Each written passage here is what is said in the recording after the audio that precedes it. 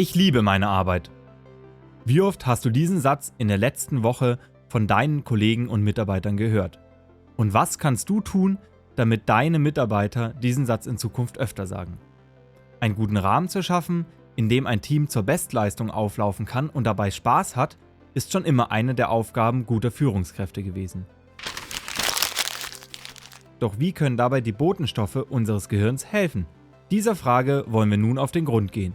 Für die Motivation deiner Mitarbeiter sind vor allem 5 Hormone entscheidend. Boris Gloger hat Erkenntnisse aus der Hirnforschung in seinem Buch Selbstorganisation braucht Führung in Zusammenhang mit Motivation von Mitarbeitern gebracht.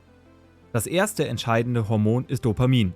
Davon hast du bestimmt schon mal gehört. Es ist eines der bekanntesten Glückshormone. Es wird ausgeschüttet, wenn du oder deine Kollegen Aufgaben auf einer To-Do-Liste abhaken. Wenn deine Mitarbeiter physische Post-its auf einem Board erledigen und entfernen, ist die Ausschüttung nochmal höher als beim digitalen Taskboard.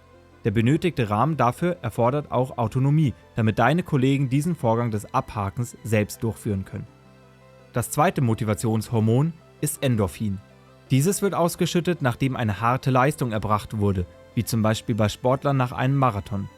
Dieses Hormon maskiert auch eventuelle Schmerzen, die mit der Leistungserbringung zusammenhängen. Doch auch im Arbeitsalltag wird dieses Hormon ausgeschüttet, wenn du und deine Mitarbeiter eine schwierige Aufgabe gelöst haben. Das bewirkt Euphorie und macht Lust auf mehr.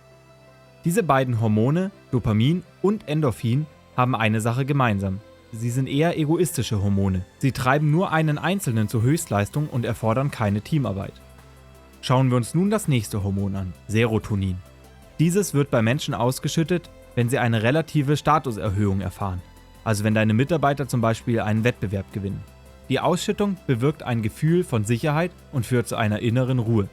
Du siehst, es gibt hier Parallelen zu dem SCARF-Modell, welches ich in einem früheren Video vorgestellt habe. Damit deine Mitarbeiter dieses Hormon ausschütten, benötigen sie Routinen und Transparenz, also teile Informationen frühzeitig.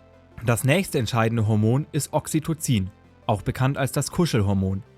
Dieses wird ausgeschüttet, wenn wir uns in einer Gruppe oder einer Gemeinschaft sicher und geborgen fühlen. Die Ausschüttung reduziert Stress und sorgt dafür, dass wir uns zum Beispiel bei der Arbeit wohlfühlen. Du merkst, auch dieses Hormon ist eng verbunden mit dem SCARF-Modell und fördert die Dimension der Sicherheit, also Certainty. Serotonin und Oxytocin haben auch wieder Gemeinsamkeiten. Beide benötigen andere Menschen, um ausgeschüttet zu werden. Zusätzlich stärken sie das Immunsystem. Deine Mitarbeiter werden also weniger Fehltage haben, wenn diese Hormone oft ausgeschüttet werden. Kommen wir nun zum letzten Hormon, Cortisol. Die Ausschüttung dieses Hormons bei deinen Mitarbeitern solltest du vermeiden, denn es ist ein Stresshormon. Es wird ausgeschüttet, wenn Unsicherheit herrscht, zum Beispiel bei einer bevorstehenden Bedrohung oder einem Machtwechsel in der Führungsspitze. Du solltest also dafür sorgen, dass solche Dinge schnell und reibungslos über die Bühne laufen und für deine Mitarbeiter Transparenz schaffen, damit so wenig Cortisol wie möglich ausgeschüttet wird.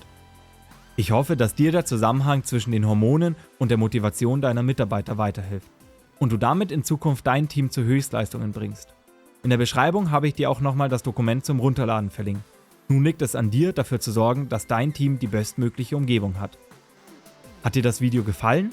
Dann lass mir doch gerne ein Like da und abonniere meinen Kanal. Du hast Ideen, Anregungen, Feedback oder Themenwünsche? Dann schreib es in die Kommentare.